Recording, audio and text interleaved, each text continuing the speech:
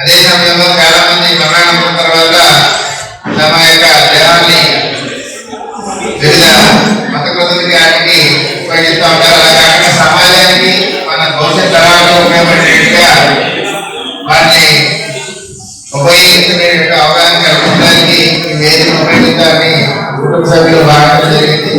ఆ నేపథ్యంలోనే ఈ సదస్సు నిర్వహించడం జరుగుతుంది. ముందుగా జిల్లా కార్యదర్శి కమిటీ లోకాలం గారిని ఈ సందర్భంగా మాట్లాడాల్సిందిగా కోరుతున్నాను.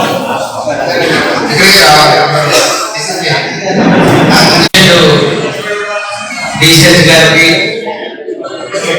అట్లాగే వేదిక వచ్చిన మిత్రులకి కుటుంబానికి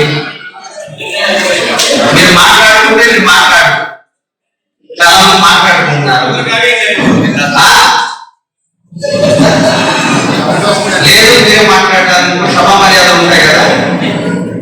కాబట్టి మీ అందరికీ ఈ సదస్సు తరఫున ముందుగా నమస్కారం తెలియజేస్తా ఉన్నాను.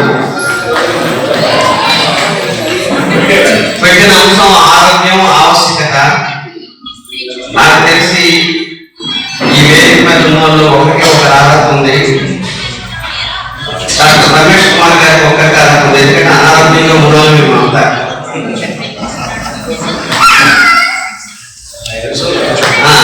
డాక్టర్ తనుజ గారు వీళ్ళే. కింద ఉన్న వాళ్ళు కూడా దాదాపు అందరూ అనారోగ్యంతో బాధపడుతున్నారే. కాబట్టి ఈరోజు ఆరోగ్యం అనేది ఎక్కువ మంది సీనియర్ సిటిజన్స్ మహిళలు వీళ్ళందరూ వచ్చినారు కాబట్టి ఎక్కువ డాక్టర్లే మాట్లాడితే మంచిది అనేది. కానీ డాక్టర్ పోస్టింగ్ నేను చూశాను. ప్రపంచంలో పరిశోధన జరుగుతుంది ఆరోగ్యానికి సంబంధించి.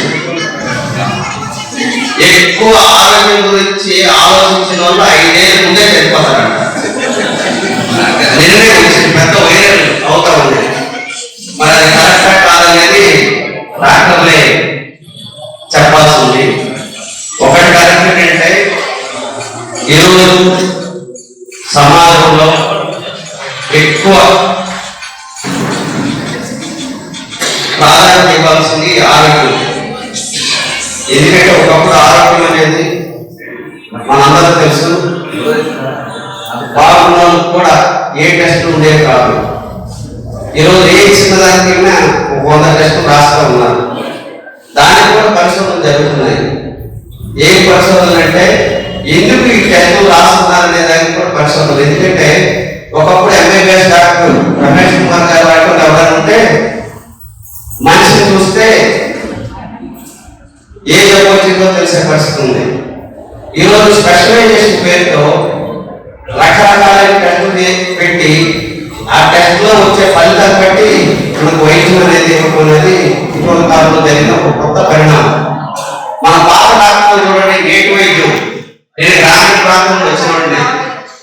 బాగా లేకపోతే 4 రోజులు శుభ్రంగా భోజనం చేసి ప్రశాంతంగా నిద్రపోతే ఏ డాక్టర్ వెళ్ళకపోయినా 5వ రోజుకి మన పనులు మనం చేసుకునే రోజు ఉంటాయి.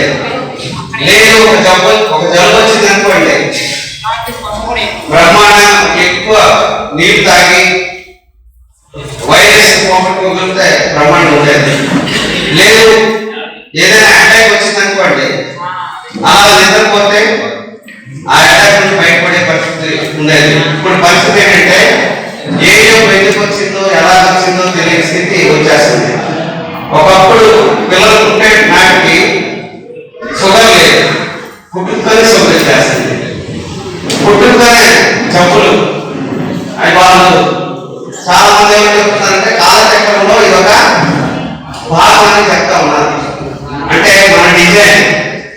నేను వెల్లూరు హాస్పిటల్లో దాదాపు 45 రోజులు మన రమేష్ అని మన సిఐటి కార్యదర్శి ఉన్నారు. క్యాన్సర్ వచ్చినప్పుడు ఉన్నాను అక్కడ 45 రోజుల పాటు ఆయనలోనే ఉన్నాను. డాక్టర్ చెప్పిన ఒక అంశం ఏంటంటే చాలా ప్రామాణికమైంది. మన పుట్టినప్పుడే మన అవయవాలు మన ఏవైతే ఉన్నాయో అది డిజైన్ చేసేటప్పుడు ఉంటుంది. ఆ డిజైన్ సంబంధించిన దాంట్లో మనం రోజువారీ పనిలో దేనికి ఇవ్వాల్సిన ప్రాధాన్యత దానికి ఇవ్వాలనేది. ఈరోజు చాలా మంది చెప్తున్నారు నడక మంచిదని ఒక డాక్టర్ గారు చెప్తారు. ఒక డాక్టర్ గారు ఎక్కువ నడక నడిస్తే చెప్పలేకపోతాయని చెప్తారు. దేనికి మనం పాటించగలుగుతాం? లేదు మనం ఈరోజు తింటున్న తిండి, ఒకప్పుడు మనందరూ రైతు కుటుంబాలను వచ్చేవాళ్ళు. ఎంత ఎక్కువ తిండి తింటే అంత ఆరోగ్యంగా ఉండేవాళ్ళు. ఇప్పుడు నేచర్ పంట వచ్చిన తర్వాత ఎవరు మామూలుగా అన్నం తినట్లేదు, కూర తింటున్నారు. మన ఒక క్యాటరింగ్ వాళ్ళు పెడితే భోజనానికి వెళ్తే ఆయన భయపడిపోతున్నాడు. ఒకప్పుడు బాగా అన్నం తినేవాళ్ళు ఇప్పుడు అంతా కూర తినేస్తున్నారు. అన్నానికి కూరకి పెద్ద తేడా ఏం లేదనే పరిస్థితిలో వచ్చేస్తున్నారు. ఒక డాక్టర్ ఏమని చెప్తారంటే రోజు గుడ్డి తినండి అని చెప్తారు. ఒక డాక్టర్ గారు ఏమంటారంటే గుడ్డి తింటే కొలెస్ట్రాల్ పెరిగిపోతాయని చెప్తున్నారు. ఒక మాటలో చెప్పాలంటే అనేక రకమైన అనుమానాలు రకరకాలు ఉన్నాయి. మన దగ్గర మన భారతదేశంలో ఆరోగ్యానికి సంబంధించిన దాంట్లో ఎంబీబీఎస్ డాక్టర్ గారు ప్రామాణికం. అదే ఆస్ట్రేలియా అయితే డెంటల్ డాక్టర్ గారు ప్రామాణికం అంటారు. ఎందుకంటే ప్రతి బాల నుండి ఏదైతే ఉందో వైరస్ లోపల వెళ్తుంది, ఆ రకంగా ఇబ్బంది వస్తుందని. ఆస్ట్రేలియాలో మామూలు ఎంబీబీఎస్ డాక్టర్ కన్నా డెంటల్ డాక్టర్కి ఎక్కువ డిమాండ్ ఉంటారు. అందుకే నేను చెప్పాలన్న అంశం ఏంటంటే ఆరోగ్యమే మహాభాగ్యం. ఆరోగ్యంగా ఎవరుంటే వాళ్ళకి డబ్బులు మిగిలిపోతాయి, అందులో నిర్మాణం లేదు. ఆ రకమైన ఆరోగ్యం ఉంటే సమాజానికి కూడా ఎక్కువ సేవ చేయొచ్చు. ఇప్పుడు నేనున్నాను, నా మాట ప్రమాణంగా ఉండొచ్చు. నేను ఉదయం షుగర్ టాబ్లెట్స్ వేసుకోకపోతే ఉండలేను. ఎందుకు వచ్చింది? కోవిడ్ వచ్చింది. కోవిడ్ ముందు నాకు షుగర్ ఏం లేదు, స్టెరాయిడ్స్ వాడాను. వాడిన తర్వాత షుగర్ అనేది స్టార్ట్ అయింది. ఇప్పుడు అవుదామా కంటిన్యూ చేద్దామంటే రమేష్ కుమార్ డాక్టర్ ఇప్పుడు 6 నెలలు ఆయన చెప్తారు అన్ని టెస్ట్ చేసుకోవాల్సిందని చెప్తున్నాను. ఎందుకంటే ఏ ఆరోగ్యానికైనా ఏదైనా ఇబ్బంది వచ్చే పరిస్థితి ఉందని. కాబట్టి ఈరోజు మనం ఎందుకు ఆరోగ్య ఆవశ్యకత చెప్పామంటే ప్రతి ఇంటిలో ఏదో అనారోగ్య సమస్య ఈరోజు బాధపడుతున్నాం. పిల్లల దగ్గర నుండి, తల్లుల దగ్గర నుండి, తండ్రుల దగ్గర నుండి అందులో అనారోగ్యం వస్తే కుటుంబాలు కూడా సరిగ్గా చూడట్లేదు. మొన్న నాన్న చెప్తా ఉంది, నేను 10 మంది పిల్లలు కన్నాను, ఒక్క పిల్లలు కూడా నన్ను చూడట్లేదు, పారాలసిస్ స్ట్రోక్ వచ్చింది చూడట్లేదు అనే బాధ ఈరోజు చాలా దాని గురించి ఈరోజు ప్రభుత్వాలు కూడా వైద్యానికి ఇవ్వాల్సిన ప్రాధాన్యత సీరియస్ ఇవ్వట్లేదు. ఇవ్వకపోయేసరికి దాని యొక్క అనేక ఇబ్బందులు కూడా పడతా ఉన్నాం. అందు గురించి మిమ్మల్ని అందరూ కోరేది ఏంటంటే మీరు ఎక్కువ చెప్పండి, డాక్టర్ గారు ఇద్దరు ఉన్నారు కాబట్టి ఆరోగ్యం గురించి నేనే తక్కువగా పాటించను. వాస్తవంగా పాటించడం ఎక్కువ ఆధారపడేది మూడదు. ఎందుకంటే ఉదయాన్నే బస్సులో వెళ్ళేవాడు టిఫిన్ చేయకుండా మధ్యాహ్నం భోజనం చేయకుండా తిరిగి వచ్చి కాళ్ళు అడిగిపోయినాడు ఆరోగ్యం గురించి మాట్లాడమంటే అంతకన్నా ఇంకోటి ఏం లేదు. ఎందుకు అంగీకరించారంటే మిమ్మల్ని అందరూ ఒకసారి చూడొచ్చని. అట్లాగే మన వెంకటేశ్వరరావు గారు మనందరూ తెలుసు మంచి ఆరోగ్యం, ఆయన గురించి చెప్తామని వచ్చారు. ఎంత మంచి ఆరోగ్యం అంటే ఆయన రోజు ఆయన కావాల్సిన చెప్పుల నుంచి కూడా నాకు తెలిసి రామస్వామి గారు ఇక్కడ ఉన్నారో తెలియదు, రామస్వామి గారి దగ్గర ఆయన నడవలేదు. వెంకటేశ్వరరావు గారు నడిచే మనిషి కాదు. రెగ్యులర్ గా ఏ కుటుంబాలతోనైనా సంబంధాలు ఉంటే ఆ సంబంధాలకి వెళ్ళే మనిషి. ఈ రోజు వచ్చేసరికి ఒకటి వైద్యం వ్యాపారం అయిపోయింది, ఆరోగ్యం కూడా వ్యాపారం అయిపోయింది. ఇప్పుడు మా ముందు యోగా అనేది మనందరూ తెలుసు, మామూలు ఉచితంగా చెప్పేవాళ్ళు. ఇప్పుడు ఆన్లైన్ లో యోగా ప్యాకేజీలు వచ్చేసాయి. అంటే ఆ రకంగా ఆరోగ్యం వ్యాపారం ఇదంతా మారిపోతుంది, మానవ సంబంధాలే మారిపోతున్నాయి. మానవ సంబంధాన్ని ఆరోగ్యాన్ని పటిష్టంగా ముందుకు తీసుకెళ్లడంలో మన వెంకటేశ్వర గారి స్పష్టంగా మనం చెప్పవచ్చు. ఎందుకంటే చివరి వరకు నాకు తెలిసి వాళ్ళ ఇంట్లో ఆరోగ్యం అందరికీ బాగుంటుంది. అదే సందర్భంలో మానవ సంబంధాలు మాత్రం ఆ కుటుంబంలో చాలా ఎక్కువ. ఒకరి పట్ల ఒకరి గౌరవం, ఒకరు చేస్తున్న దాని పట్ల ఇది. అదే కాదు ఆయన కుటుంబాలతో ఎలా సంబంధాలు ఉంటాయంటే ముందు ఆ ఇంటికి వెళ్ళగానే ఆరోగ్యం బాగుందా లేదని అడిగేవాడు. ఆరోగ్యం బాగాలని ఆరోగ్యం చూసుకుని చర్చించే మనిషి. కాబట్టి ఆ రకంగా మన ఆరోగ్యాలన్నీ బాగుండాలని, ఆరోగ్యానికి సంబంధించి మన ఇంట్లో తింటున్నా లేకపోయినా మందుల డబ్బాలు మాత్రం చాలా జాగ్రత్తగా ఉన్నాయి. ప్రతి ఇంట్లో ఒక డబ్బా ఉంటుంది. మన ట్రైన్ అయితే ఒక ఆయన 4 డబ్బాలు పెట్టుకున్నాడు. ఒక డబ్బా బీపీ కంట, ఒక డబ్బా షుగర్ కంట, ఒక డబ్బా హైపర్ టెన్షన్ సంబంధించిన ఒక డబ్బా అంట, ఇంకో డబ్బా అంట స్లీపింగ్ కి టాబ్లెట్ అంట. ఇన్ని టాబ్లెట్ వేసుకొని మనిషి అంటే సాధారణమైన విషయం కాదు. కాబట్టి ఆరోగ్యాన్ని పరిరక్షించుకుందాం, సమాజంలో అందరికీ సేవ చేసేటట్టు ఉండాలని అవకాశం ఇచ్చిన అందరికీ ధన్యవాదాలు తెలియజేస్తున్నాను.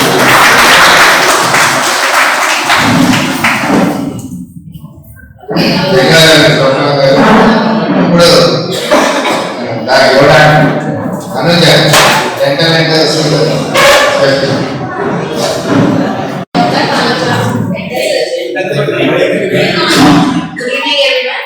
Dr. Anuja, dental surgeon, implantologist and senior head cosmetologist.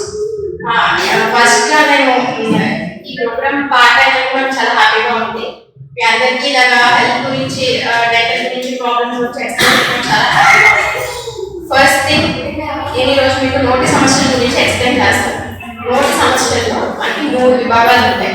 1 పంటి సమస్య, 2 చిగుళ్ళ సమస్య, 3 ఓరల్ క్యాన్సర్. ఓరల్ క్యాన్సర్ అంటే నోటి క్యాన్సర్. ఫస్ట్ థింగ్ పంటి సమస్య. పంటి సమస్యల్లో మనకి 2 రకాలు ఉంటాయి. 1 పళ్ళు పుచ్చుకోవడం, 2 పళ్ళు అరిగిపోవడం. పళ్ళు పుచ్చుకోవడం అనేది ఎందుకు జరుగుతుంది? మనము సరిగ్గా బ్రష్ తోటి పళ్ళని సరిగ్గా క్లీన్ చేసుకోకపోయినా, లేదు మనకు స్వీట్స్ కానీ కార్బోహైడ్రేట్ ఫుడ్ కానీ మనం ఎక్కువ ఇంటేక్ ఉంచుకొని లోపల వెంటనే క్లీన్ చేసుకోకపోవడం వల్ల కానీ, లేదు మనకి లాలాజల సమస్య అంటే సెలైవా సెక్రీషన్ అనేది తక్కువగా ఉన్నప్పుడు మన పళ్ళు ఎక్కువ పుచ్చుకోవడం అనేది కూడా జరుగుతుంది. అది జరిగినప్పుడు మీరు ఏం చేయాలి? వెంటనే ఇనిషియల్ స్టేజ్ లో ఉన్నప్పుడు అంటే మనకి ఇప్పుడు పంటలో 3 పొరలు ఉంటాయి. ఏం పొరలు ఉంటాయి? First enamel, second dentine, next పల్. ఫస్ట్ 2 లేయర్స్ లో ఉన్నప్పుడు కనుక మీరు శ్రద్ధ తీసుకుని డాక్టర్ ని విజిట్ చేయడం అనేది జరిగితే మనం దాన్ని అక్కడితో స్టాప్ చేయొచ్చు. మీరు అలా ఉంచుకుని ఆ పళ్ళు ఎప్పుడు రావట్లేదు కదా, ఇంకా పైనే కదా ఉంది అన్నట్టు మీరు డాక్టర్ దగ్గరికి కనుక విజిట్ చేయకపోవడం వల్ల అదేంటంటే డీప్ లేయర్స్ కి స్ప్రెడ్ అయ్యి నరం నొప్పి స్టార్ట్ అయ్యి దానివల్ల మనం రూట్ కెనాల్ చేసి క్యాచ్ చేయాల్సి వస్తుంది. ఇలా రాకుండా ఉండాలి, పళ్ళు పుచ్చుకోకుండా ఉండాలి అంటే మీరు ఏం చేయాలి? 6 months ఒకసారి ఖచ్చితంగా ఒక డెంటిస్ట్ ని కన్సల్ట్ అయ్యి మీరు డెంటల్ చెకప్ రెగ్యులర్ గా తీసుకుంటూ ఉండాలి.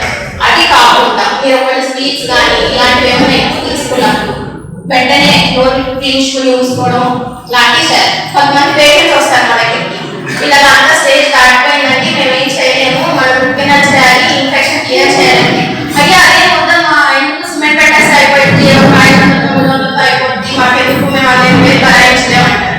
అలాంటప్పుడు మీరు ఏ స్టేజ్ లో రావాలి అది మీరు గమనించుకోగలగాలి. నెక్స్ట్ పళ్ళు బాగా పళ్ళు ఎందుకు అరుగుతాయి, పళ్ళు ఎందుకు అరుగుతాయి? ఇప్పుడు చాలా మంది ఉన్న టెన్షన్స్ కి ఏంటంటే చాలా మందికి ఒత్తిడికి వాళ్ళు ఎక్కువ ఉన్న ఆలోచనకి ఎక్కువగా టెన్షన్స్ వల్ల పళ్ళు కొంతమంది గ్రైండ్ చేసే హ్యాబిట్. అది కాకుండా కొంతమందికి ఏమో వాళ్ళకు కూడా తెలియకుండా ఇద్దరు వాళ్ళకి వాళ్ళకి తెలియకుండా గ్రైండ్ చేసి పళ్ళు అయిపోవడం ఒకటి జరుగుతుంది. ఇంకోటి ఇంకా ఏ విషయాల్లో జరుగుతుందంటే కొంత ఏజ్, మన ఏజ్ పెరుగుతున్న కొద్దికి మీరు పెద్దవాళ్ళు తీసుకోవాల్సిన జాగ్రత్తలు ఏంటంటే ఏజ్ పెరుగుతున్న కొద్దికి పళ్ళు అనేవి ఎక్కువగా హార్డ్ ఫుడ్స్ తీసుకోవడం వల్ల కానీ లేకపోతే కొంతమందికి ఒక్కపడిన హ్యాబిట్ దాని వల్ల కూడా ఎక్కువగా పళ్ళు అయిపోవడం జరుగుతుంది. లేదు కొంతమంది పులుపు పదార్థాలు, విటమిన్ సి పదార్థాలు ఆహారం అంటే ఎక్కువ తీసుకోవడం వల్ల కూడా పళ్ళు ఎక్కువగా అయిపోవడం. లేదు గ్యాస్ట్రిక్ సమస్యలు ఉన్న వాళ్ళకు కూడా మన పళ్ళు ఎక్కువగా అయిపోవడం అనేది జరుగుతుంది. సో అలాంటప్పుడు మీరు ఏం చేయాలి, మీరు ముందుగానే మీరు అబ్జర్వ్ చేసుకుని ఎందుకు అరిగిపోతున్నాయి అంటే అరిగిపోవడం అనేది మనకు ఎలా తెలుస్తుంది, పంటి పైన మనకి తెలుపు లేయర్ ఉంటుంది, తెలుపు లేయర్ కింద మనకి పచ్చగా పడ్డ లేయర్ అనేది రెండో లేయర్ బయటకు వస్తున్నప్పుడు మీరు గమనించుకోవాలి, ఓ నా పళ్ళు అరిగిపోతున్నాయి అంటే ఫస్ట్ నేను డాక్టర్ దగ్గరికి వెళ్తే ప్రివెంటివ్ మెథడ్స్ చెప్తారు, సో దట్ నా పళ్ళు ఇంకా ఎక్కువగా అరిగిపోకుండా ఉంటాయి అని మీరు గమనించుకుని డాక్టర్ని విజిట్ చేస్తే దానికి తగ్గ సేఫ్ వర్డ్స్ అనేవి మనకి అవైలబుల్గా ఉంటాయి. అవన్నీ మేము మీకు ఇవ్వడం జరుగుతుంది. నెక్స్ట్ చిగుళ్ళ సమస్య. చిగుళ్ళ సమస్య ఎవరెవరికి ఉంటుంది? డయాబెటీస్ ఉంది అంటే ఖచ్చితంగా వాళ్ళకి చిగుళ్ళ ప్రాబ్లం అనేది ఉంటుంది. చిగుళ్ళ ప్రాబ్లం మీరు ఎలా గుర్తించాలి? ఫస్ట్ థింగ్, చిగుళ్ళ నుంచి రక్తం ఎక్కువగా రావడం, మీరు బ్రష్ చేసుకున్నప్పుడు రక్తం రావడం, చిగుళ్ళు ఎర్రగా మారడం, చిగుళ్ళు వాపులాగా అనిపించడం, చిగుళ్ళు నొప్పిలాగా అనిపించడం, ఇవన్నీ మనకి చిగుళ్ళ సమస్యల కింద వస్తాయి. చిగుళ్ళ సమస్యలు ఎందుకు వస్తాయి అంటే మీరు సరిగ్గా బ్రష్ చేసుకోకపోవడం వల్ల దాని కింద ప్లాక్ అనేది పంటికి చిగురికి మధ్య భాగంలో ఏర్పడుతుంది. ఆ ఏర్పడడాని వల్ల అది కొంచెం కొంచెం ఏం చేస్తుందంటే చిగురిని కొంచెం కొంచెం కిందకి జారేలాగా చేస్తుంది. ఆ చిగురు జారడం వలన చిగురు కింద ఏముంటుంది? బోన్. సో అదేంటంటే డైరెక్ట్ గా బోన్ మీద పడుతుంది ఇంపాక్ట్ అనేది. వన్స్ బోన్ అరుగుతుంది అంటే అప్పుడు మరి పంటికి గ్రిప్ ఎక్కడ ఉంటుంది? సో స్లోగా ఏంటంటే ఒకదాని తర్వాత ఒకటి పళ్ళు మెల్లిగా ఒడిగా అయిపోయి లూజ్గా అయిపోయి పళ్ళని ఊడిపోవడం స్టార్ట్ అవుతుంది. ఇది మీరు అరికట్టుకోవాలి అంటే మీరు ఎప్పటికప్పుడు మీరు 6 months ఒకసారి డెంటల్ చెకప్ లో ఉంటూ మీ పళ్ళని శుభ్రంగా క్లీన్ చేసుకుంటూ ఉండాలి. చాలా మంది తెలియదు ఆ చిగుళ్ళే ప్రాబ్లమే కదా, దానికన్నా తగ్గిపోతే తగ్గిపోతే అనుకుంటారు. లేదు, దీనివల్ల ఏంటంటే పళ్ళు శాశ్వతంగా ఊడిపోవడానికి ఆస్కారం ఉంటుంది. ఇంకోటి మెయిన్ పాయింట్ ఏంటంటే చిగుళ్ళ సమస్యలో మీరు గమనించుకోవాల్సింది ఏంటంటే చిగురు సమస్యకి కావాల్సిన ఏదైతే బ్యాక్టీరియా ఉంటుందో రీసెంట్ స్టడీస్ లో తేలింది ఏంటంటే అదే బ్యాక్టీరియా మనకి కార్డియాక్ ప్రాబ్లం కూడా కార్డియాక్ అరెస్ట్ అవ్వడానికి కారణమవుతుంది. సో చిగురు సమస్యలు ఉన్న వాళ్ళు there are 2 times prone for heart attacks. Okay, అందుకని చెప్పి చిగురు సమస్యలు ఈ విధంగా మీరు గమనించుకొని మీకు ఏమైనా ప్రాబ్లం ఉంటే వెంటనే మీరు డాక్టర్ని కన్సల్ట్ చేయాలని కోరుకుంటున్నాను. నెక్స్ట్ ఓరల్ క్యాన్సర్, మూడో భాగం. ఓరల్ క్యాన్సర్ ని మీరు ఎలా గమనించుకోవాలి? చాలా మంది గుట్కాలు, ఖైనీ, నెక్స్ట్ టొబాకో, చిని, అలాగే సిగరెట్, ఆల్కహాల్ వీటన్నిటి వల్ల నాకు ఓరల్ క్యాన్సర్ వస్తుంది.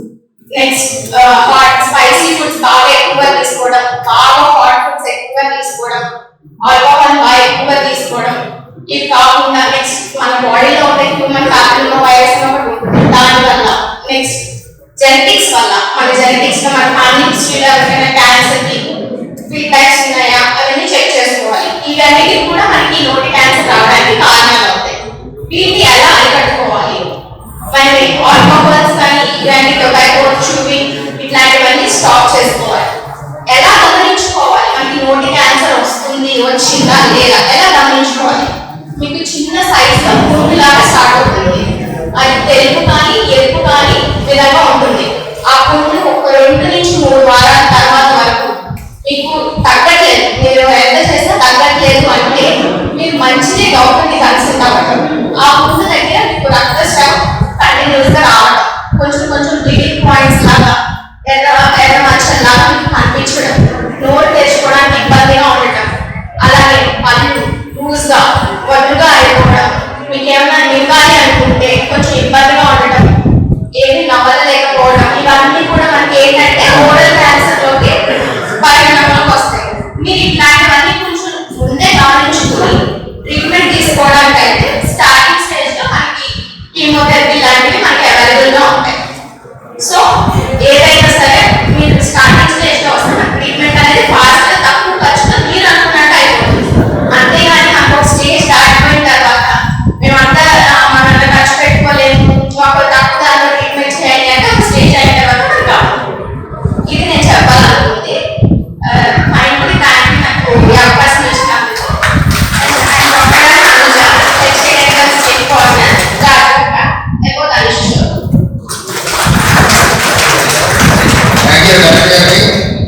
ఇప్పుడు మన విజయనగరం జిల్లా సిపిఎం కార్యదర్శి సెక్రటరీ గారిని 5 నిమిషాలు.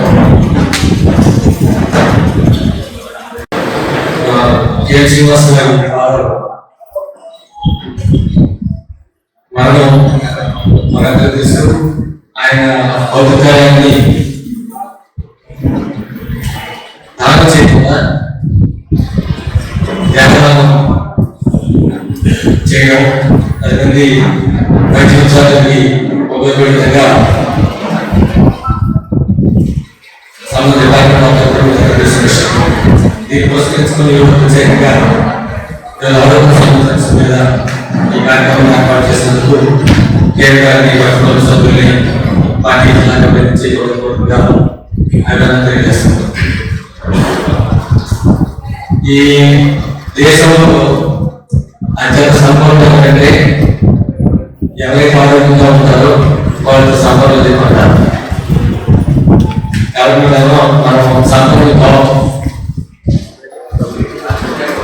ఇప్పుడు వైద్యం జబ్బులు గతంలో జబ్బు కంటే కొంత వయసు దాటిన తర్వాత వ్యాధులు రావడం సాగుతూ ఉంటాయి. ఇప్పుడు వయసుతో ప్రభుత్వం లేదు.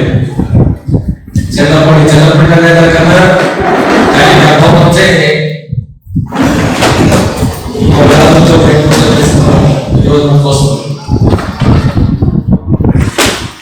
వచ్చినటువంటి వ్యాధులను బయటపడడం కోసం ఉద్యోగస్తులకి కొన్ని స్కీమ్స్ ఉంటాయి. వాటితో తీసుకొని మంచి వైద్యం పొందడం సాగుతూ వస్తాం. అదే 12 రోజులు కాకపోతే ప్రభుత్వం అయితే వైద్యం కోసం ప్రభుత్వ ఆసుపత్రి లేదంటే చేసి ప్రైవేట్ వస్తాం. మన అయితే వైద్యం చేయించుకోవడం కోసం చేయాల్సినటువంటి అన్ని కార్యక్రమాలు చేస్తాం, చేయాలి కూడా. అయితే అసలు బాధలు కర్మం ఏంటి, అసలు బాధలు రాకుండా మీకు చేయాల్సిన కర్మం ఏంటి కూడా మన దృష్టిలో పెట్టుకోవడం అని చెప్పి నా అభిప్రాయం. ఈ బాధలు రావడానికి కారణం మన విశాఖపట్నం చూసుకుంటే ఒక ఫార్మా ఉంది. ఫార్మా ద్వారా విశ్వాలు బాగా కలుస్తున్నాయి. నీరు భూమిలోకి నీరు పోషిస్తుంది, గర్భం పోతుంది. గర్భం పోవడం వచ్చే మనుషులంతా మన ఎదుగుదల మన బాధ్యత పడుతుంది. మనం పూజిస్తున్నాం, నీకు తాగుతున్నాం, రోగాలు పడుతున్నాం. మరి మనం డబ్బు పడితే వైద్యం చేసుకోవడం కోసం చేస్తున్న శ్రద్ధ ఈ డబ్బు కారణంగా పారిశ్రామిక మనం ఆలోచించాలి కదా, తగ్గించాలి కదా, అడ్డుకోవాలి కదా. ఆ విధంగా చేస్తున్నామా? ఇక్కడ వాళ్ళు ప్రజలు ఆలోచిస్తున్నారా? ఆలోచించకపోతే ఆలోచించాలి. మన ఏమైనా కాళ్ళు ఉంటాయి, ప్రిన్సిపల్ కాళ్ళు ఉంటాయి, ఇప్పుడు వ్యాధి అయిపోతాయి, సంస్కారం అయిపోతే అవుతాయి, దుర్వాసన వస్తుంది, ఉప్పు మూసుకొని ఇబ్బంది పడతాము, లేదా మాస్క్ వేసుకొని ఇబ్బంది పడతాము, దోమలు పెరుగుతాయి, దోమలు పడతాయి, ఇబ్బందులు వస్తాయి, దాన్ని మందులు వేసుకుంటాము.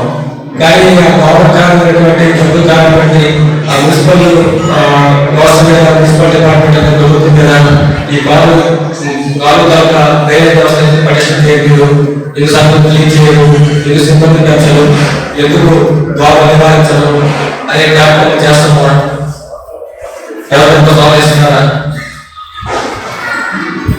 అదే ఆలోచించకపోతే మనం ఆలోచించాలి, ఇతర ఆలోచన చేయాలి, కార్యక్రమాలను తీసుకోవచ్చు.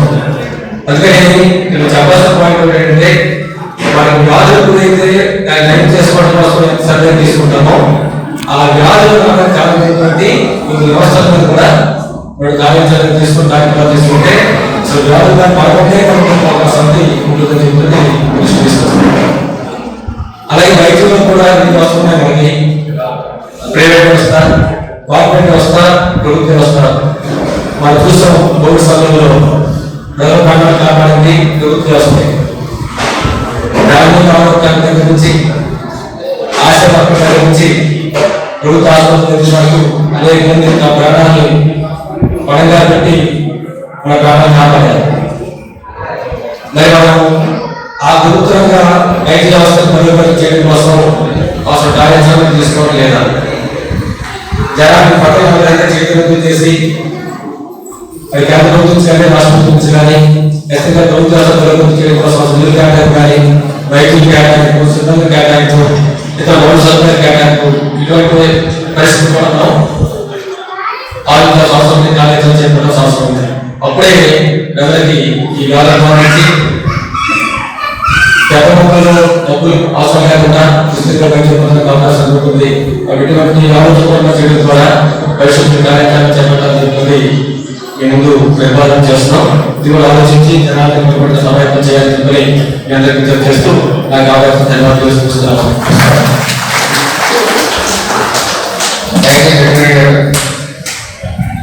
ఇప్పుడు మన ప్రజావేక్షణ డాక్టర్ రమేష్ కుమార్ గారిని ఈ సందర్భంగా ఒక 10 minutes లో మాట్లాడారు. మరియు ఈరోజు వెంకటేశ్వర గారి జ్ఞాపకాలతో పాటు ఆరోగ్య మాసిక కార్యక్రమం గురించి నేను పెద్దలారా ముందుగా ఈ కార్యక్రమం ఏర్పాటు చేసినటువంటి మన శ్రీనివాస్ గారిని, శ్రీనివాస్ గారి కుటుంబ సభ్యుల్ని ప్రత్యేకంగా అభినందించాలి. అలానే శ్రీనివాస్ గారు తన పెన్ను మృతదేహాన్ని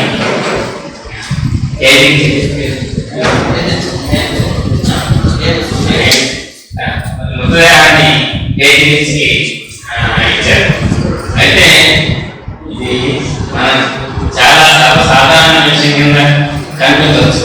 నేను మా అమ్మగారి మృతదేహాన్ని కేజీకి ఇచ్చినప్పుడు నాకు 2 మిత్రులు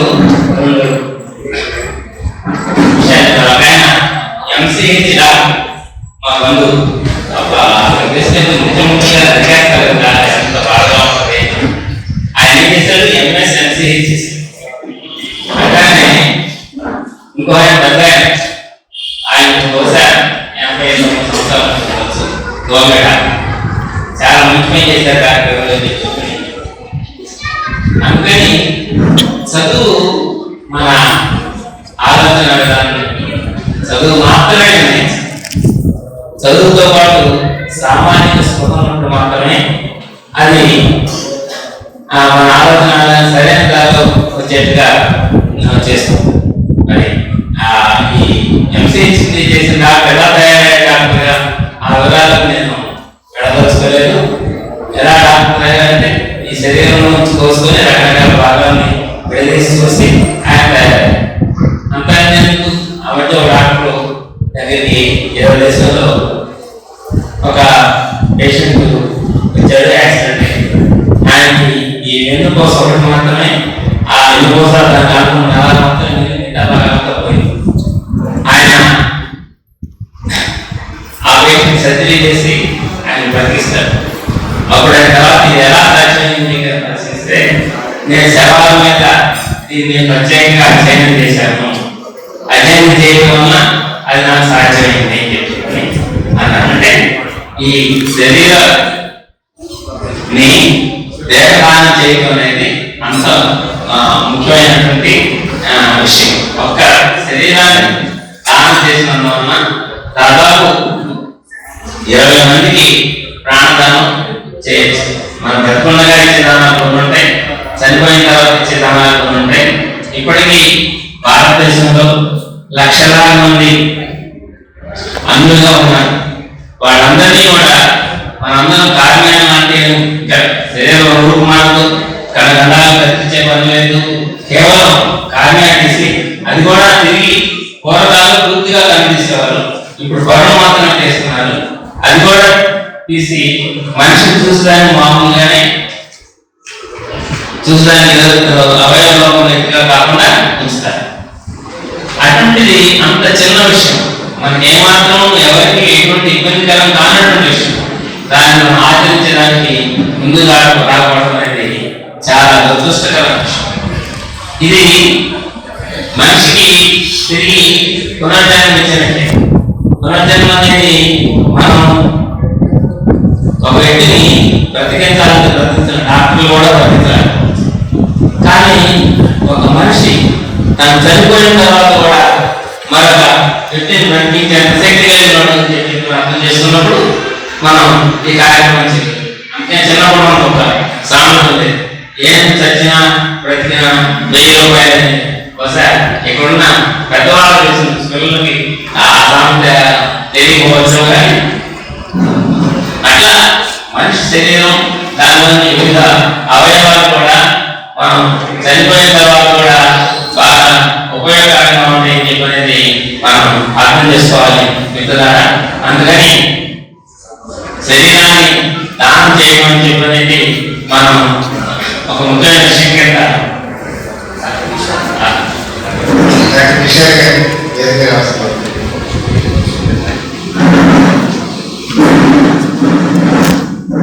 మనం దాన్ని జీవితంలో మనం కూడా ఆచరించాల్సిన విషయంగా భావించాలి. అలా ఆచరించిన రోజున మనకి కోటికి ఇప్పుడు 1,00,000 మంది చనిపోతే 25-35 మంది మాత్రమే అవయవ దానం శరీర దానం చేస్తాం. అంటే చూడండి ఎంత గ్యాప్. అందువల్ల మనందరం కూడా ఆ విధంగా ఆలోచించి సరైన నిర్ణయం తీసుకోవాలని చెప్పి కోరుకుంటున్నాను. అలానే ఈ మధ్య వాట్సాప్ లో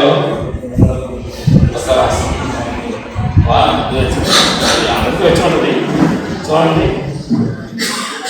సుమారు క్యాన్సర్ తో చనిపోయారు.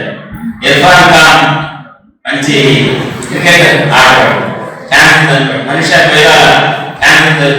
యువరాజ్ సింగ్ క్యాన్సర్ చనిపోయాడు. ఇట్లా కట్టుబడులందరూ కూడా క్యాన్సర్ తో చనిపోయారని చెప్పని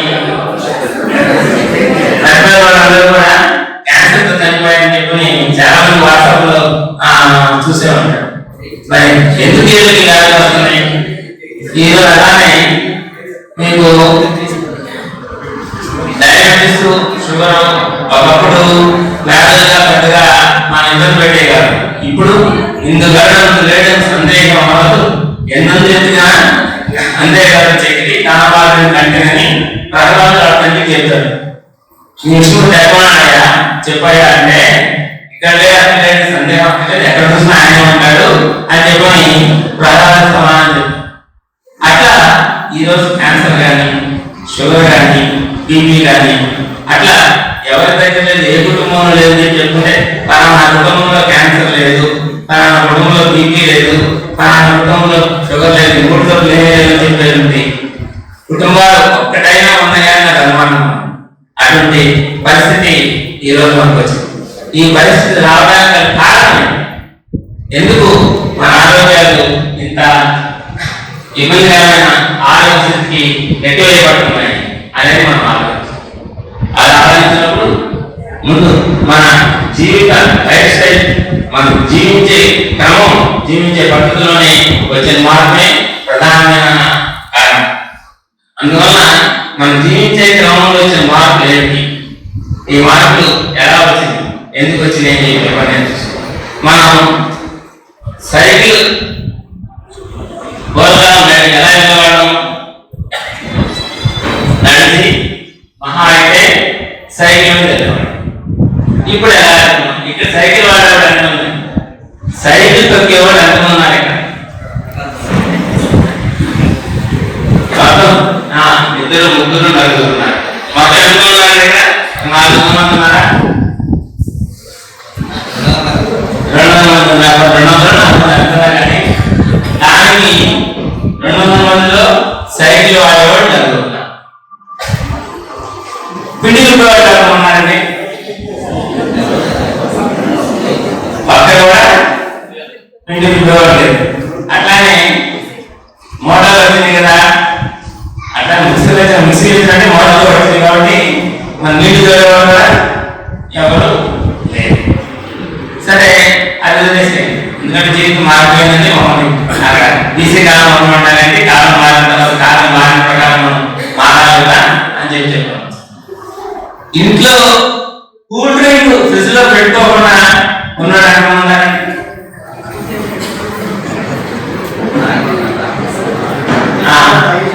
ఒక 50 మంది ఉన్నారా? 50 మంది కూడా లేదు. చూస్తే ఒక 50 మంది ఉన్నారు. ఎవరైనా మన ఇంటికి వస్తే కూల్ డ్రింక్ ఇస్తున్నారా, మజ్జిగ ఇస్తున్నారా? మజ్జిగ ఇచ్చేవాడు అనుకున్నారు, కూల్ డ్రింక్ ఇచ్చేవాడు అనుకున్నారు. ఇదంతా మజ్జిగ ఇచ్చేవాడు, కూల్ డ్రింక్ ఇచ్చేవాడా? మజ్జిగ ఇచ్చేవాడు ఎందుకంటే మజ్జిగ ఇచ్చేవాడు లేదు. అంటే చూసారా, మనం ఏమిటో మన కన్ను పొడుచుకుంటున్నాం. మన ఏంటో మన కన్ను పొడుచుకునే వల్ల అవతల కన్ను కూడా పొడుచుకున్నాం. అవతల కన్ను కూడా మనం ఆహారం పద్ధతిలో వచ్చిన మార్పులో కూల్ డ్రింక్ పోయింది, సరే మజ్జిగ పోయింది, సైకిల్ పోయింది, నీరు తాగడం పోయింది, తర్వాత రుబ్బడం కూడా పోయింది. ఇదంతా ఏమైంది మనకి? ఏం జరిగింది? శారీరక శ్రమ తగ్గింది. ఎంతో శారీరక శ్రమ మన జీవితకాలంలో మన రోజు పొద్దున్నే చూడండి లైన్ లోకి పోతా ఉన్నారు. ఎక్సర్సైజ్ ఎక్సర్సైజ్ ఎక్సర్సైజ్ అని చెప్పి ఎక్సర్సైజ్ ఎక్సర్సైజ్ అని చెప్పి అసలు పూర్వం మన ఎక్సర్సైజ్ చేశారా? మన ప్రాంతంలో అది విశాఖపట్నం కావచ్చు, లేదా పట్టణ గ్రామీణ ప్రాంతం కావచ్చు, ఏదైనా కావచ్చు, ఎక్సర్సైజ్ చేశారు ఎవరైనా వాళ్ళు? ఎక్సర్సైజ్ ఎప్పుడు చేసేవాళ్ళు? వాళ్ళ పనిలోనే వాళ్ళ జీవన విధానంలోనే వ్యాయామం ఉంది. ఆ జీవన విధానంలో వ్యాయామం లేకుండా ఎట్లా ఉందని ఎప్పుడు చివరికి అక్కడ ఏదో వస్తూ ఉంటే నాకు మా ఫ్రెండ్ ఉండేవాడు. మా చదువుతున్నప్పుడు ఒక ఫ్రెండ్ ఉంటే కొబ్బరి చెట్లు ఉన్నాయి. నేను కొబ్బరి చెట్లని కాయ తీసుకుని తాగుతున్నాను. ఏదో తీసుకునే కూడా అని చెప్పంటే నేను క్లాస్ తెచ్చుకోలేను, కానీ ఆ కొబ్బరి ఇంకోసారి క్లాస్ తీసుకుని అంత అంటే శారీరక శ్రమకి అంత దూరం అయిపోయాము. శారీరక శ్రమకు దూరం కావడమే మన చదువుకి ప్రధానమైన కారణము అని మనం అర్థం చేస్తాం. శారీరక శ్రమతో పాటు ఆహారంలో ఏం మార్పులు వచ్చినాయండి? ఆహారంలో ఇందాక అనుకున్నాను కదా, మజ్జిగ, చెరుకు రసం అవన్నీ ఎనిపోయి చెరుకు రసాలు తెచ్చి మనం పెట్టుకుంటాం. ఫ్రిడ్జ్లో చెరుకు రసాలు పెట్టుకోవాలనేది కూల్ డ్రింక్ మాత్రమే తెచ్చి పెట్టుకుంటాం. అంటే తీసుకునే ఆహారం శారీరక శ్రమ పోయింది, ఆహారంలో మార్పు వచ్చింది. ఆహారం ఎటువంటి మార్పు వచ్చింది? ఎవరైనా మనకు వస్తే ఇప్పుడు వంట చేస్తున్నామా, లేకపోతే జొమాటో ఇంకేం ఉన్నాయి కదా వాటిని ఆర్డర్ చేస్తున్నాం.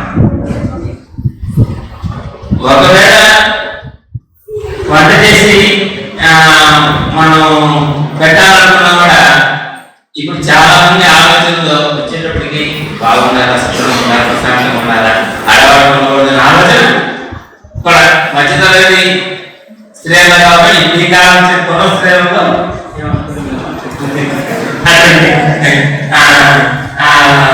ఆలోచన వచ్చింది. ఆలోచన వచ్చి మన ఆహారాన్ని ఫుడ్ ఆర్డర్ చేస్తాం, అంతేగాని ఆహారాన్ని తయారు చేయడం. ఆ ఫుడ్ ఆర్డర్ చేయడంతోనే మన ఆరోగ్యాన్ని అవసరానికి తాకట్టు పెట్టినట్టు మనం డబ్బు ఇచ్చి మన జబ్బుల్ని కొనుక్కుంటాం. నీకు ఇంకా తొందరగా జబ్బురాలేదు, తక్కువ తిన్నావు, తక్కువ తిరుగుతున్నావు, ఎక్కువ తిరుగుతున్నావు, డబ్బు రాదు. మా ఫ్రెండ్ కామెంట్ నేను దేవుడు నమ్మనుకోండి, దేవుడు అంట అన్ని బియ్యం మీద పేరు అలా శ్రీనివాస్ గారు ఈయన 1,00,000 బియ్యం మీద పేరు ఇచ్చారని ప్రార్థిస్తారు. అంటే ఆయన 1,00,000 బియ్యం మీద ఎప్పుడు అయిపోతే అప్పుడు ఆయన లక్ష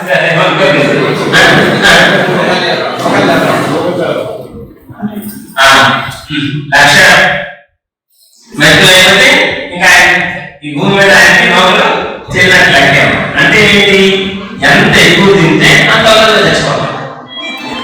1,00,000 వ్యక్తులే తక్కువ తినవాళ్ళు ఎక్కువ కాలం బ్రతుకుతాం. అదే ఎక్కువ శ్రీనివాస్ గారు తినేసారనుకోండి తొందరగానే వెళ్ళిపోతాం. అంటే మనం ఈ తినేదాని మీద మీ వయసు ఆధారపడి ఉంటుంది, మీ జీవన కాలం ఆధారపడి ఉంటుంది అని చెప్పని అట్లా ఆహారం మనం తయారు చేసుకోవాలంటే తినడం కూడా బాగా ఎక్కువైంది. బకాసులు పెంచుతుంది.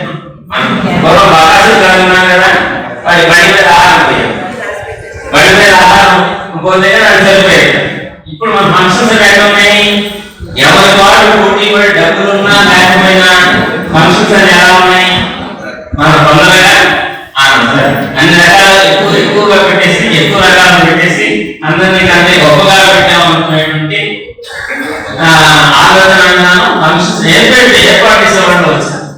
తినేవాళ్ళు కూడా వచ్చింది, మనం రోజు తింటామంటే ఒక్కరే కదా అన్ని చూద్దామని చెప్పని ప్రతి అంశం పెట్టినట్టు ప్రతి ఐటము రుచి కోసం రుచిలో ఇంకోసారి పంపించుకోవడం లాంటివి చేస్తాం. చివరికి ఏమైంది, మనం బకాసులు తినే స్థాయిలో మామూలుగా తినే స్థాయి నుంచి బకాసులకి బకాసులు వస్తులాగా తయారైన ఆహారం తీసుకోవడంలో అందుకని బకాసులు తింటే మనకి గోపకాయంగా మనకి ఏమొస్తుంది. అందుకని ఎక్కువ కాలం జీవించాలంటే పరిమితమైన ఆహారాన్ని, అవసరమైన ఆహారాన్ని, ఆరోగ్యమైన ఆహారాన్ని తీసుకోవాలి. అట్లానే స్మోకింగ్ బాగా తగ్గింది అనుకుంటాను కదండి, గతంతో పోల్చుకుంటే మా కాలంలో ఉన్నప్పుడంటే స్మోకింగ్ బాగా తగ్గింది. ఈ రీతిగా ఏం చెప్పారు, అవగాహన వాడు దొంగపోతే పుట్టం అని చెప్పారు. అంటే సిగరెట్ తాగకపోతే వాడు దొంగపోతలో కూడా అన్న సిగరెట్ తాగాలని ఈ రీతిగా చెప్పచ్చు. ఒక్క సిగరెట్ తాగితే 14.4 నిమిషాల జీవితకాలాన్ని హరించారు. అంటే ఒక 58 సంవత్సరాలు బ్రతకాల్సినటువంటి వ్యక్తి 20 సిగరెట్లు తాగితే 50 సంవత్సరాలకే చనిపోతారు. అయితే మనవాళ్ళు అంటారు, ఏముందండి కొద్ది పోతాం ఇంత ఉంటాం అని, మందు మానేస్తామా, సిగరెట్ మానేస్తామా, తిండి మానేస్తామా అని చెప్పి. అయితే ఇక్కడ గమనించాల్సింది ఏంటంటే మిత్రులారా, 58 సంవత్సరాలు బతికితే ఆ వ్యక్తి కుటుంబంలో తన బాధ్యతలన్నీ నిర్వర్తిస్తారు. పిల్లలు పెళ్లి చేయడం ఇతర బాధ్యతలే ఆ బాధ్యతలను నిర్వర్తించిన తర్వాత ఇప్పటికీ ఉండాలని మనం కోరుకుంటాం. కానీ పోవడం అనివార్యం కాబట్టి పోయినా ఆ కుటుంబం మీద ఆ కుటుంబానికి సమస్య లేకుండా ఇప్పుడు 8 సంవత్సరాలు ముందు ఆ బాధ్యతలు నిర్వర్తించట్లేదు. నిర్వర్తించకుండా చనిపోతే మిగిలిన కుటుంబ సభ్యులు ఆ సమస్యను ఎదుర్కొనే స్థితి మనం చూస్తున్నాం. మనం ఏదో అనుకుంటా ఒకసారి హార్ట్ అటాక్ చచ్చిపోతుంది పర్వాలేదు, ఒకసారి హార్ట్ అటాక్ చచ్చిపోయే అదృష్టం చాలా బుద్ధిమంది మాత్రమే. ఎక్కువ మంది పక్షవాతం, గుండెపోటు, డయాబెటీస్ లేకపోతే మరో జబ్బు వచ్చి అట్లా మంచం మీద తీసుకొని ఇది ఇంకా పోలేదు బాబు, మేము ఇది భరించలేకపోతున్నాం అనే స్థితికి వస్తుంది. అది శారీరకంగా మానసికంగా ఇబ్బంది అయితే ఆరోగ్యంగా కుటుంబాలను దివాళైపోయే పరిస్థితికి వచ్చింది. కుటుంబాలు దివాళైతే దివాళవుతుంది అంటే 2 అంశాలు ప్రధానం, ఒకటి చదువు, 2 వయసు. ఈ కుటుంబాలను దివాళైతే పరిస్థితి ఇందాక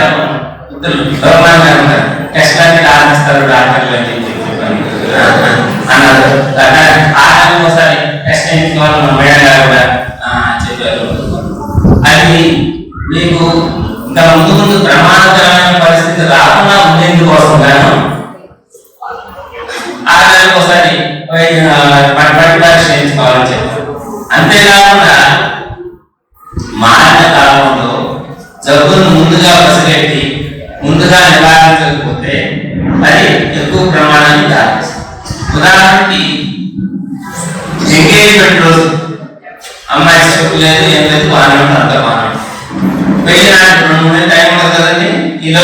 తింటారు షుగర్ వచ్చేస్తుంది.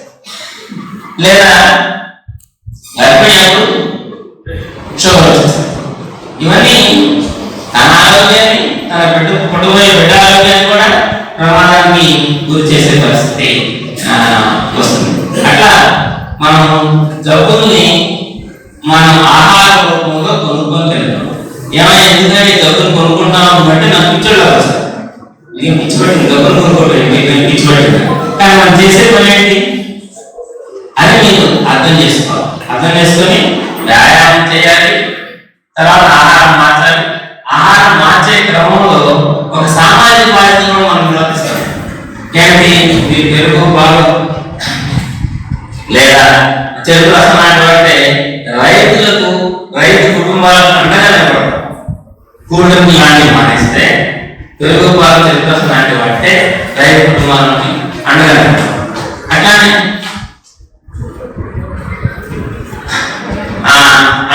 అట్లా మొత్తం మన జీవన సరళి అనేది కానీ మనం మార్చుకోకపోతే, జీవన సరళి మార్చుకోకపోతే మనం అనారోగ్యం పాల్గొంటాం. అందుకే మన జీవన సరళి మార్చాలంటే మన మైండ్ సెట్ ని మార్చుకోవాలి, ఆలోచన విధానాన్ని మార్చుకోవాలి.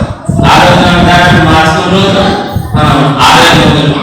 ఇది ఎందుకు అవసరం లేదంటే ఈ రోజు కొంతమంది చెప్తుంటారు, నాకు 50 సంవత్సరాలు వచ్చినాయండి, నా పరిస్థితులు అయిపోయింది, పోయినా పర్వాలేదు, నేను ఉండాల్సిన అవసరం లేదని చెప్పి. కానీ గుర్తుపెట్టుకోండి మిత్రులారా, మీ ఏ జీవన సాధన అయితే అమ్మ నాన్న కుటుంబంలో ప్రజలు మన పిల్లలకి ఉదాహరణగా చూపిస్తారో ఆ జీవన సాధనని మీ పిల్లలు కూడా పాటిస్తారు. ఆ జీవన సాధన పిల్లలు కూడా పాటించినప్పుడు అనివార్యంగా మీ ఆస్తిపాస్తులు ఎంత వస్తాయో తెలియదు, కానీ మీకున్నటువంటి వ్యాధులు ఖచ్చితంగా ఆ మారిన అలవాటు ఉన్న ఈ వ్యాధుల్ని సంతానానికి వస్తుంది. కాబట్టి ముందు మనం సంపూర్ణమైన ఆరోగ్యం కోసం ముందు మనం కావాల్సిన మొదలట్లు వేయాలి. కుటుంబంలో ఆరోగ్య ఆలోచన విధానాన్ని, మైండ్ సెట్ ని పూర్తిగా మార్చేస్తే ఏమి ఈ క్యాన్సర్, ఈ డయాబెటీస్, షుగర్ జబ్బులు నివారించుకోవడం కష్టమైనటువంటి కాదు. అది పూర్తిగా మీ చేతుల్లోనే ఉంది. అవన్నీ మీరందరూ చేయాలని కోరుకుంటూ నాకు అవసరం ధన్యవాదాలు తెలియజేసి సెలవు తీసుకుంటున్నాను.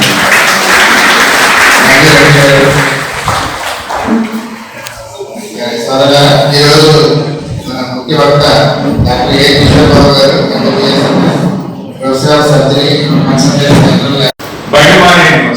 So all sugar patients can advise which is named body monitoring. Second, especially Southeast countries lo diabetes ఎందుకు ఎక్కువైపోతుందంటే, సో ఈ Southeast ఈ Asian countries లో రైస్ మనది staple diet. Rice carbohydrate rice అనేది మనది స్టేపుల్ డైట్. మరియు వెస్టర్న్ కంట్రీస్ చూస్తే వీళ్ళకి డైట్ ఎలా ఉందంటే ఒక 5 బ్రెడ్ స్లైస్, తర్వాత ఆల్మోస్ట్ ఒక 1/4 kg 1/2 kg మటన్ పీసులు, చికెన్ పీసులు ఇవన్నీ ఉంటాయి. సో ఏంటంటే ప్రోటీన్ రిచ్ కనపడతా ఉంటాయి, మాంసకృతులు అధికంగా ఉండే డైట్ కనపడతా ఉంటాయి. ఇక్కడ ఈ డైట్ మనకి ప్లేట్ నిండా రైస్ పెట్టుకుంటారు. ఈ మాత్రం ప్రసాదం లాగా అమ్మవారి ప్రసాదం లేకపోతే మన సింహాచలం టిక్కులు చేస్తే అది పరిగెత్తి మానేస్తాయి. సో ఇది కూడా అంతే. సో ప్రధాన కారణాలు ఏంటంటే, ఒకటి జీవన విధాన మార్పు, సార్ చెప్పినట్టుగా ఆల్మోస్ట్ శారీరక శ్రమ పోయింది. శారీరక శ్రమ పోయిందంటే ఆటోమేటిక్ ఇప్పుడు శారీరక శ్రమ పొద్దు తెచ్చుకుందాం అని చెప్పేసి మనం ఎవరు 2 రోజులు తెచ్చుకోలేదు. సో ఆటోమేటిక్ గా మనం వేరే శారీరక శ్రమ కోసం వెతుక్కుంటూ వెళ్తాం, జిమ్లలో లేకపోతే నడవడం. నేను చెప్పినట్టుగా బయట మానేస్తే దానివల్ల నష్టం కూడా ఏం లేదు. ఇంకా పెట్రోల్ కూడా కొంచెం మిగులుతుంది, డబ్బు కూడా మిగులుతుంది. సో ఎంత నడవగలిగితే అంత నడవడం, ఎంత నడవగలిగితే అంత నడవడం. అంటే ఖాళీ టైం ఉంటే డెఫినెట్ గా ఆ నడక ఉపయోగించడం చాలా మంచిది. తర్వాత డైట్ లో ముఖ్యంగా ఆల్మోస్ట్ నేను డయాబెటిక్ పేషెంట్స్ కి సలహా ఇచ్చేది ఏంటంటే అన్నము, తర్వాత ఈ పప్పు దినుసులు. సో పెసరపప్పు కావచ్చు, లేకపోతే చాలా మందికి అపోహలు ఉంటాయి. ఈ ఎస్పెషల్లీ సర్జరీ చేసిన తర్వాత పేషెంట్స్ వస్తా ఉంటారు, సార్ సర్జరీ చేసిన తర్వాత పెసరపప్పు తినచ్చా, పెసరపప్పు తింటే చీపడదేమో, కందిపప్పు తినచ్చా, కందిపప్పు తింటే చీపడదేమో. అంటే పాతకాలంలో కొన్ని అపోహలు బయలుదేరుతాయి. స్టార్టింగ్ ఫ్రమ్ పుట్టుకతో పాతకాలంలో ఈ పుట్టిన బిడ్డకి బొట్టు కట్టేసిన తర్వాత అక్కడ పేడ ఇచ్చారు.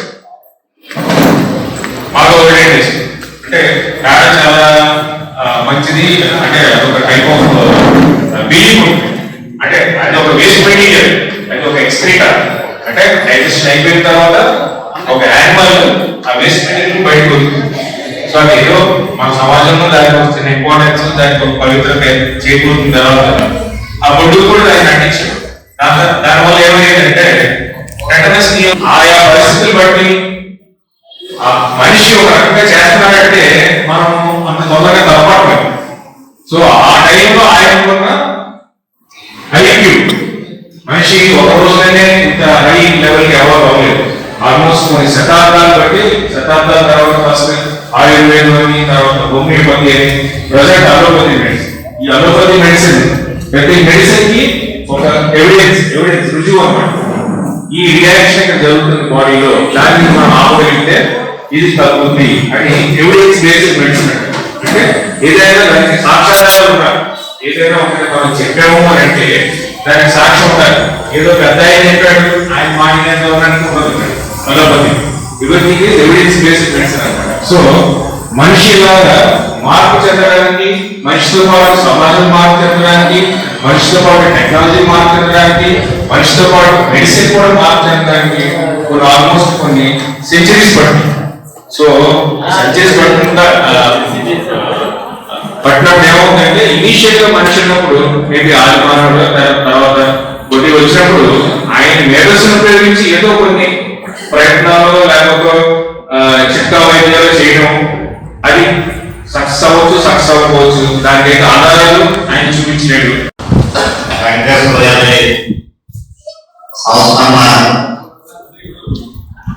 రోజులు ఈ కార్యక్రమం ఆరోగ్యం ఆవశ్యకత ఇప్పుడున్న పరిస్థితులకి అనుగుణంగా ఆరోగ్యం పట్ల మనం తీసుకోవాల్సిన జాగ్రత్తలు వివరించడం కోసం ఈరోజు ఈ సెమినార్ పెట్టడం జరిగింది. ఇది మంచి ప్రయోజనకరంగా ఉన్నది.